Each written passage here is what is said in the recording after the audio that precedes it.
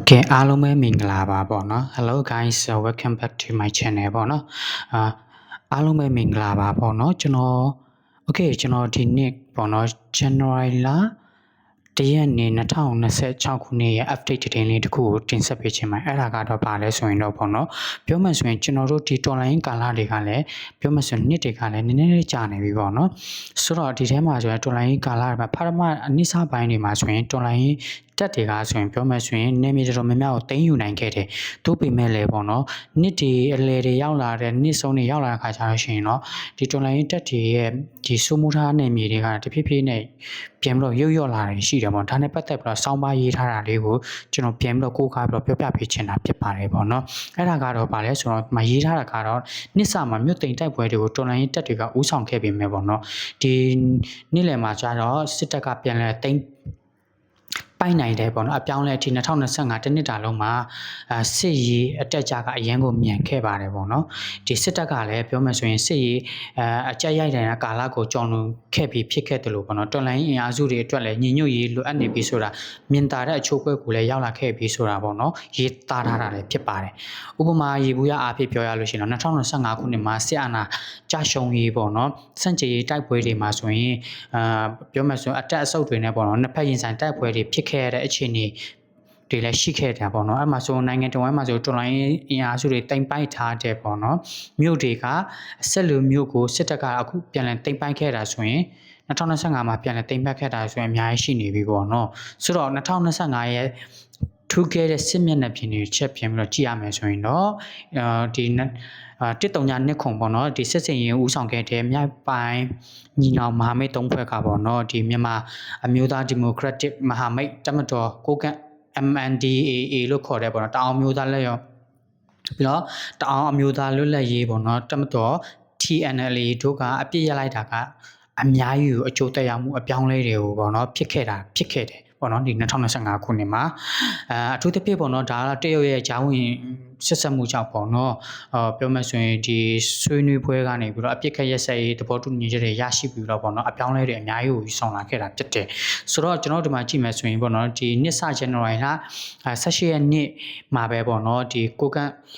MND ကမြန်မာစစ်တပ်နဲ့ပေါ့နော်သူတို့အပြစ်ခက်ရက်စက်ရေးကအသက်ဝင်ခဲ့ပြီးတော့ပေါ့နော်ဒီရှမ်းပြည်ဒီမြောက်ဘက်ပိုင်းတွေမှာဆိုရင်စစ်မျက်နှာပြင်တွေကလည်းစပြီးတော့ပေါ့နော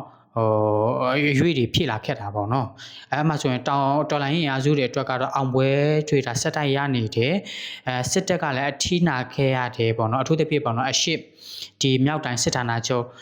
ရမခပေါ့နော်အခြေဆိုင်တဲ့ဒီလာရှိုးမြို့မှာဆိုရင်အပြောင်းလဲအများကြီးဖြစ်ခဲ့တယ်ပေါ့နော်2025ခုနှစ်မှာဆိုရင်ပေါ့နော်ဆိုတော့ဒီလာရှိုးမြို့อ่ะဆိုရင်ပေါ့နော်ဒီအပြစ်ခက်ရက်စဲရေးလှုပ်လိုက်တာနဲ့အတူပေါ့နော်ဒီဧပြီလမှာဆိုရင်စစ်တပ်လက်အောက်ခံပြန်ပြီးတော့စစ်တပ်ရဲ့လက်အောက်ထဲကိုပြန်ပြီးတော့ရောက်သွားခဲ့တဲ့အခြေအနေမျိုးရှိခဲ့တယ်ပေါ့နော်ဆိုတော့ဒီအပြစ်ခက်ရက်စဲရေးလုပ်နေတဲ့အချိန်မှာပဲတရုတ်ရဲ့PR တွေနဲ့ပေါ့နော်အရင်ဆိုင်နေရတယ်ဆိုပြီးတော့ပေါ့နော်တောင်း TNL ကလည်းထုတ်ဖော်ပြောကြားခဲ့တာရှိခဲ့တယ်ပေါ့နော်ဆိုတော့ဒီမှာဆိုရင်ဘာဆိုလဲဆိုတော့ဒီမြောက်ပိုင်းနဲ့ဒီရှမ်းပေါ့နော်မြောက်နဲ့ဒီမန္တလေးစစ်နယ်မြေတွေကပေါ့နော်ဟိုအပြောင်းလဲတွေအများကြီးဖြစ်ခဲ့တယ်ဆိုတာကိုပေါ့နော်ဒီမှာမိမောင်းထိုးပြနေတာလည်းတွေ့နေရတယ်တဲ့ပေါ့နော်ရေးသားထားတယ်နောက်တစ်ခုကျတော့ဘာလို့ဆိုတော့ဒီ TNL ရဲ့ဒီနောင်ချိုမြို့အပိုင်းမှာပေါ့နော်ဆိုရင်ပေါ့နော်ဒီသူ့ရဲ့ခံတက်ကပေါ့နော်တိုက်ပွဲတွေကရက်သွားပြီးတော့စစ်တပ်ကလည်းထိုးစစ်တွေပြန်ပြီးတော့ဆင်လာပြီးပေါ့နော်နောက်တစ်ခုကျတော့လည်းပြောမှဆိုရင်တော့ဒီTNL နဲ့ပေါ့နော်ဒီစစ်တပ်နဲ့ PNL ပေါ့နော်ဒီအပြစ်ခက်ရက်စဲရေးလဲဒီအော်တိုဘာလ29ရက်နေ့မှာပေါ့နော်တဘောတူညီချက်ရရှိခဲ့တာလည်းဖြစ်တယ်ဆိုတော့ဒီအဖြစ်သဘောရက်စဲရေးသဘောတူညီချက်မှာတော့ပေါ့နော်မိုးကုတ်နဲ့ပြောမှဆိုရင်မိုးမိတ်မြို့တွေကိုစစ်တပ်စီပြန်ပေးဖို့အချက်တွေလည်းပါဝင်ခဲ့တာလည်းဖြစ်တယ်ပေါ့နော်ပြီးလို့ရှိရင်တော့လည်းဒီလိုမျိုးအချက်တွေပါဝင်လာကြောင်းပြောမှဆိုမြို့ခံတွေရဲ့လူထုတွေရဲ့အတန်တွေကလည်းပေါ့နော်အုံချောချောဝေဖန်တဲ့အတန်တွေလည်းအများကြီးဖြစ်ခဲ့တာလည်းရှိခဲ့တယ်ဆိုတော့ဒီပြောမှဆိုရင်ပေါ့နော်ဒီမြို့တွေကိုပြန်ပေးဖို့ကပေါ့နော်ခက်ခဲနဲ့ဆုံးဖြတ်ခဲ့ရတယ်ဆိုပြီးတော့ TNL ကထုတ်ပြန်ထားတာရှိတယ်ပြီးတော့မကြာသေးခင်ကပဲပေါ့နော်အမျိုးသားညီညွတ်ရင် NUG ကလည်းပေါ့နော်သူကလည်း PDF ကနေပြီးတော့မိုးကုတ်ဒေတာစစ်စားပေါ့နော်ပြောမှဆိုရင် မိုးမိတ်ဒေတာမှာစစ်စင်ရေးစစ်ဦးစီးအဖွဲ့အစည်းကိုလည်းထပ်ပြီးတော့ဖွဲ့စည်းခဲ့တာလည်းရှိတယ်ပေါ့နော်အဲ့ဒီနောက်မှာဆိုတော့မိုးကုတ်မြို့နယ်မှာကျေးရွာ100နဲ့100ကတော့စစ်တပ်ပြောမှဆိုရင်စူမိုကုန်းတစ်ခုကိုတင်ထားနိုင်ပြီလို့ပေါ့နော်ဒီဇင်ဘာလနောက်ဆုံးပတ်မှာတော့ပြောထားတာတော့ရှိတယ်ပေါ့နော်ဆိုတော့ဒီနေရာမှာကြည့်လို့ရှိရင်မန္တလေးရဲ့စစ်မျက်နှာပြင်ကိုကြည့်ရင်မိုးကုတ်မြို့တစ်ခုတည်းကိုပဲစစ်တပ်ကပြန်ရခဲ့တာမဟုတ်ဘူးပေါ့နော်NUG ရဲ့အုပ်ချုပ်ရေးတရားလက်ပတ်နေပြီဖြစ်တဲ့ဒီတပိတ်ချင်းတို့စစ်ကူမြို့တွေမှာလည်းစစ်တပ်ကပြန်ပြီးတော့တင်းယူခဲ့တဲ့ဖြစ်စဉ်မျိုးတွေလည်းရှိခဲ့တယ်ပေါ့နော်ဒါကြောင့်မို့ဒီ2000ပြောမှဆိုရင်ပေါ့နော်2025မှာဆိုရင်စစ်ရေးအပြောင်းလဲအများကြီးဖြစ်ခဲ့တာရှိခဲ့တယ်ဆိုတော့မိမောင်းထုတ်ပြနေတာရှိတယ်ပြီးတော့ဒီပေါ့နော်139နှစ်ခွန်စစ်စေးရေးကာလအတွင်းမှာဆိုနေပေါ့နော်ဒီမန္တလေးနဲ့အနီးဆက်ဆုံးမြို့တွေမှာပေါ့နော်ပြောမှဆိုရင်တစိတ်တစ်ပိုင်းတွေကိုပေါ့နော်တင်းတော်လိုင်းတပ်ဖွဲ့တွေကတင်းယူနိုင်ခဲ့တယ်ဒါပေမဲ့အဲ့ဒီနေရာတွေကိုလည်းအခုကစစ်တပ်ကပြန်ပြီးတော့တင်းယူနိုင်တဲ့အခြေအနေမျိုးတွေပြန်ပြီးတော့ရောက်ရှိလာပြီပေါ့နော်ဆိုတော့ဒီမှာကြည့်မှဆိုရင်စစ်တပ်ရဲ့တံပြန်ထိုးစစ်ဆင်မှုတွေကပေါ့နော်ဒီမြို့တွေပြန်ရနိုင်တဲ့ဒီစစ်မြင့်ပြည်တွေအကြောင်းကိုနိုင်ငံရေးကိုကျွန်တော်ကြည့်တဲ့အခါမှာဒါတွေကိုချန်လန်ထားလို့မရဘူးဆိုပြီးတော့ရေးသားထားတာဖြစ်တယ်ပေါ့နော်ဥပမာအခုဆိုရင်အားကောင်းလာတဲ့ဒီပအိုင်းပြည်သူစစ်ပြန်တို့တက်တွေနဲ့ပူးပေါင်းထားတဲ့စစ်တပ်ကဆိုရင်ပေါ့နော်ဒီဖက်ခုံမိုးပြဲဒီမော့ဆိုဖရူဆိုတဲ့စားတဲ့တော်လိုင်းတက်တွေတင်းယူထားတဲ့မြို့တွေကိုပြန်တင်းခဲ့တာတွေလည်းရှိတယ်ဆိုတော့ရန်သူကအင်အားများလာတဲ့နဲ့အများ PNO ရဲ့နေမြေကျွမ်းကျင်မှုတွေကလည်းအဓိကအချက်ချတွေဖြစ်တယ်ဆိုပြီးတော့ဒီဘောနော်တုံးသက်ထားတာတွေလည်းရှိတယ်ဆိုတော့နိုင်ငံရေးအနောက်ဘက်ခြမ်းကချင်းစစ်မျက်နှာပြင်ပေါ်မှာတော့စကိုင်းတိုင်းကလေးမြို့နယ်မှာတက်လာတဲ့စစ်တပ်စစ်ကြောင်းတွေ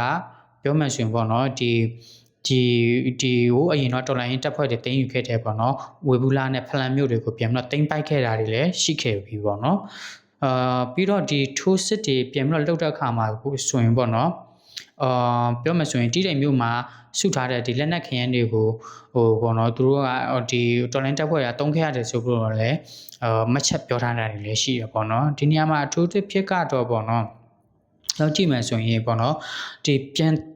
်တော်လိုင်းတပ်ဖွဲ့တွေတင်းခဲ့တဲ့မြို့တွေကိုပေါ့နော်ဒီ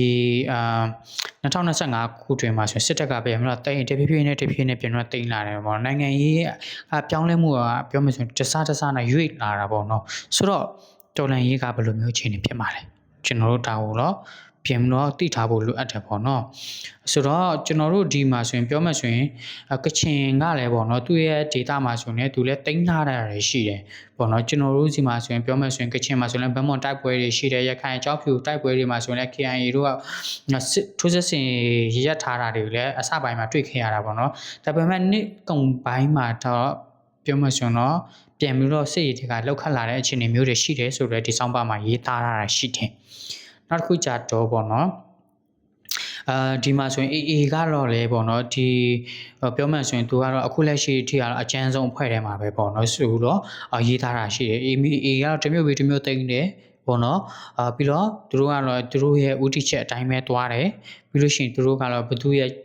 ဟိုမှာကြီးမဆိုင်ပဲねသူတို့လိုချင်တဲ့ပိုင်းတိုင်းကိုသူတို့ရအောင်ယူတယ်ဒါကတော့ AA ပေါ့နော်ဒီ2025အတွင်းမှာဆို AA တင်ခဲ့တဲ့မြို့တွေကမနေဘူးပေါ့နော်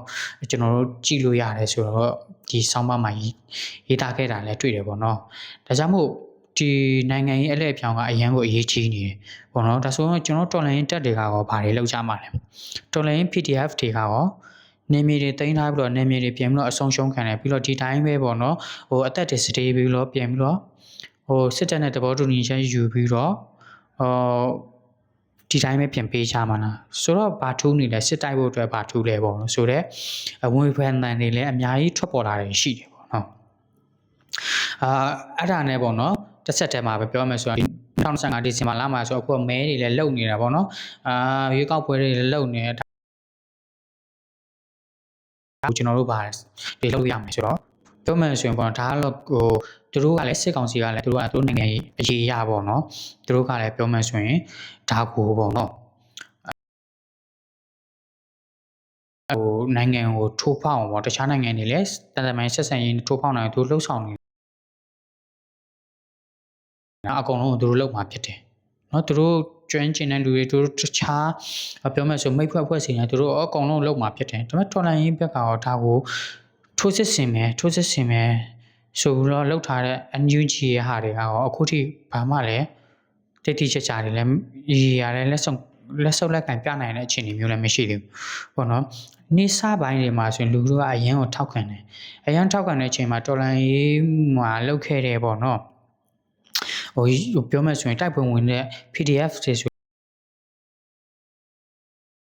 ပေးရတဲ့ဟာတွေကကျွန်တော်တို့မြို့တွေပြန်ပေးလိုက်ရတဲ့အချိန်မှာတန်လားဆိုတော့ဘာကြောင့်မို့ရောဒီမျိုးအသက်တွေကတန်ဖိုးမရှိတော့ဘူးလားဆိုတော့အများကြီးရှိတာပေါ့နော်ဒါပေမဲ့ဒါကတော့ကျွန်တော်တို့ပြန်ပြီးတော့စဉ်းစားရမှာဖြစ်တာပေါ့နော်ဒါကြောင့်မို့2026မှာရောဘာနိုင်ငံရေးအပြောင်းလဲကဘာတွေများဆက်ပြီးတော့ဖြစ်လာနိုင်မလဲဒါကိုကျွန်တော်သိထားဖို့လိုအပ်တယ်ပေါ့နော်အထူးသဖြင့်16မှာပေါ့နော်အကုန်လုံးက